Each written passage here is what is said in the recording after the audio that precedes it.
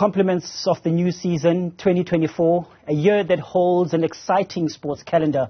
Now, while 2023 was highlighted by World Cups, and especially the rugby, in which the Springboks rose to consecutive success, and the netball, which was hosted on African soil for the first time in the history of the event, this year holds the Olympic Games, which will be hosted in France. A world event that every athlete dreams of gracing and, of course, succeeding in. For South African athletes, they will be looking to take motivation from the Boks triumph in Paris in their own quest for world domination. Now, to help look ahead to the 2024 Olympic Games, he still holds beautiful memories of the City of Lights from his successful stint in covering the 2023 Rugby World Cup. Yolulwe Qoshe joins me. Yolulwe, thank you so much. Appreciate it. Let me start by saying bonjour, ça va? Bonjour, Vuyo. Je suis très bien, et vous? I think we'll leave it. I think we'll leave it to the athletes. For starters, Yolulwe, conversation big. 2024, the Olympic Games are starting up, and I just in my intro was talking about the Springboks triumph in the same city in Paris, serving, of course, as big motivation for other national teams who are going to play at big competitions. This is the same thing that will happen for Team South Africa, and especially the fact that even Siya Kolisi now is playing in France. He can dip in and give it motivation, and if at any point the team feels a slump, Trevor Nyakane can come in and give them that lift. Well, yes, indeed, Vuyo. You know, funny enough, one of the things I picked up from my stint covering the World Cup last year was how the French warmed up to South Africans because of the reputation the Springboks have.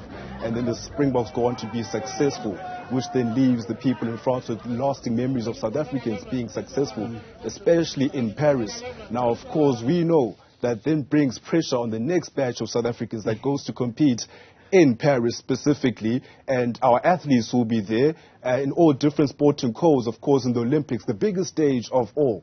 And one of those people that will be spearheading our athletes is Akani Simbine, our forefront sprinter. Well, you know, Vuyo, he has had pressure for a long time, and it will not be any different this time around. Certainly. I mean, we've just seen him now performing at the World Athletics Championships. Disappointing that he got disqualified in the semi-finals. Set. Oh, Simbine. I think you're seeing the statistics like I am. It's a clear false start. Digital readouts. Well, naked eye and readout and reaction time. Everything. But he was one person that had gone into the World Championships as sort of the highlight that would lead Team SA at least to their first, to a medal, because even in the previous years at the World Championships, South Africa hadn't received a medal. We're still holding that black cloud. But so for him to go into that space and not get a medal more than anything else, to pull out at the semi-finals was very disappointing. But one thing that I like is the fact that he looks forward to the Olympic Games. You do know that Akani Simbine doesn't have a gold medal when it comes to the Olympic setup. The highest honor that he still has in athletics is the Commonwealth Games, which, on the streets of athletics, the gangs know that you need a gold medal if you want to be, if you want to put into standard. So he doesn't have that. So for him, going to the Olympics Games, it's going to be a big thing. 30 years old at the time, marking closer to the end of, his career. This is the perfect time. 2 other Olympics in the Rio Games, he came 5th.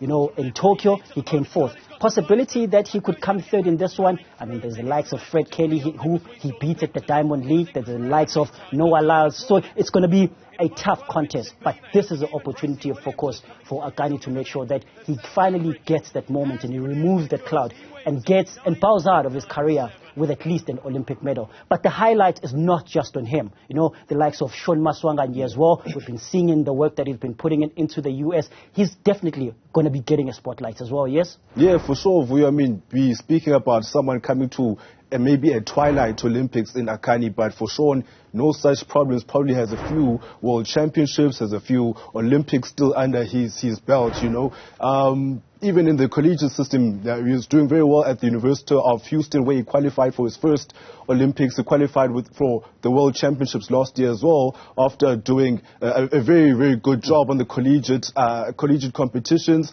Ran a sub-20 and a sub-9 in one competition, earning his spot in that particular World Championship squad. Didn't quite go according to plan for him, but when he came to South Africa, he was still brimming with confidence, having done so well in the States. And he came down and he sat next next to you. A beautiful interview you guys had. He spoke about his ambitions for the World Championships, the records that he wants to break in his career.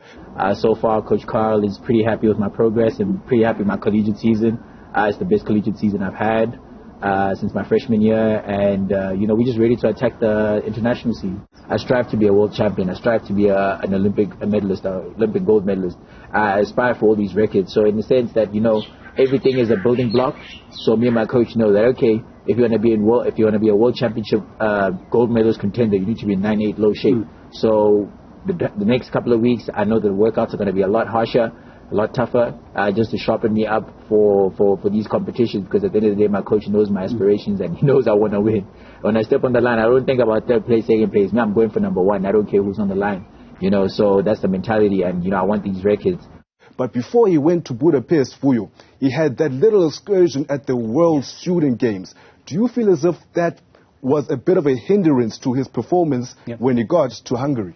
He's got in his backside somebody who's a great mentor in Carl Lewis, a 9-time Olympian, whom if he ever has to give, advice, anybody could take it, even myself, because you know him in terms of his pedigree. A decision was made that he needs to go to the World Student Games. Now, there's certain things that were put into the criteria for him to say, you've got the NCWA earlier in the seasons. Now, between that period and the World Athletics Championships, he hadn't raced. So he needed to put a race in. But also at the same time, he needed to manage that load by not putting many races. That's why he went in for the 100, but pulled out of the 200, just so that he can at least get one race in, but not too many. Because also the time difference between the Student Games and the World Athletics Championships was less than a month. So you don't want to load too much, and especially when you also hadn't had a long time in terms of racing. So there's one of the things that went into them deciding it. They go to Chengdu at the World Student Games. We also, of course, know the conditions that side,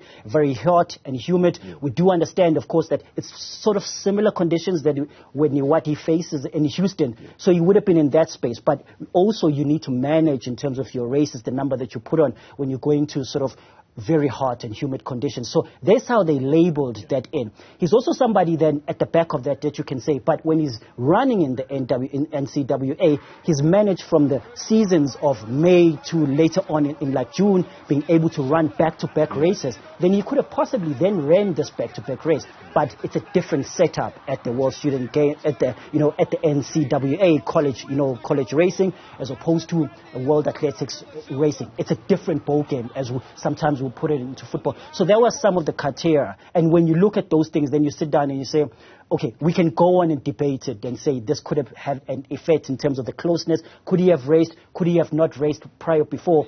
At the end of the day, we don't know what could have happened if he didn't go to World Student Games. But one thing that we do know is that once then he went to the World Championships, he had confidence because he had picked up silver at the World Student Games. And that's what you want sort of from him as well. And it's a similar case with them being in the spotlight. Now, the other part is with the relay team. Shaun Maswanganyi forms part of the relay team for Team SA. We know what happened at the Tokyo Olympic Games, drop of the baton. Similar thing happens at the World Championships. Another spotlight is going to be on them as Team SA. Yeah, for sure. We're a bit of a deja vu moment for the South African sprint enthusiasts who are hoping that maybe at last year's World Championships we're going to get a reprieve from our sprinters in that relay team. The likes of Clarence Munyai were there. The likes of Akani Simbini would have wanted to atone for him being, disqualified in the semi-finals. We had young Benjamin Richardson there with Shaun. But, of course, that miscommunication again happened. And we were able to see them being dejected towards the end, especially in the press conference when they spoke about, why it always happens that way, that, the communication is not there on the track. Then it makes you realize that it's not a coincidence for you. I think maybe we were too harsh watching the athletes and expecting. But we don't know what happens behind the scenes. We don't know that they need hours of training, and they don't always come into camp with enough time for them to train so that they can execute on the world stage. Shaun Maswanganyi very vocal about that. Akani Simbine very vocal about we need time as a unit. We need some camps. Maybe an opportunity, Vuyo, will be at those Bahamas World Relays in May. Maybe that's when they go in camp before then, strengthen, the team and as many people as they would like to have in that relay setup. And then there they test out, before they go to the Olympics. Maybe that's where they'll get their confidence up. But exactly at that Olympic point and at the World Championships, they were not happy. But don't take it from just me. Here's what the athletes themselves had to say about that situation. And then maybe you can make your mind up about, where they're coming from and if it's justified. I think it's just like a thing of support, A lot of countries have federation support. A lot of countries have a lot of support, We don't. Like, it's all on yourself. It's all on your own. Do what you need to do, and you get yourself. You have expenses that you must cover yourself. It's an expensive exercise, but we do it. I do it, and push it. But certainly, Vuyo, when it comes to the support, you spoke about the relay teams needing a bit of support. One person that won't be lacking that support is one Wade Fanikak. Of course, we know him in the 400 meters. Gave us beautiful memories in the 2016 Olympics in Rio, shattering the world record. 43.03 is the mark that he set, also shattering the record of Michael Johnson to get that particular feat. But then Vuyo, since then we know that injury to his ankle has slowed him down a bit. We lost him for a couple of years. He came back last year, gave us a glimpse here and there in the Diamond Leagues, and then towards the World Championships he showed signs but didn't really go that far. But maybe is it time to hashtag free Wade Fanikak from all the expectations? He didn't give us enough in 2016, and now is it maybe time for us, the public, to say, listen, whatever he can give us now towards the twilight of his career, we should be able to take and accept. In terms of his comeback, he would want to close out his career by making a beautiful comeback.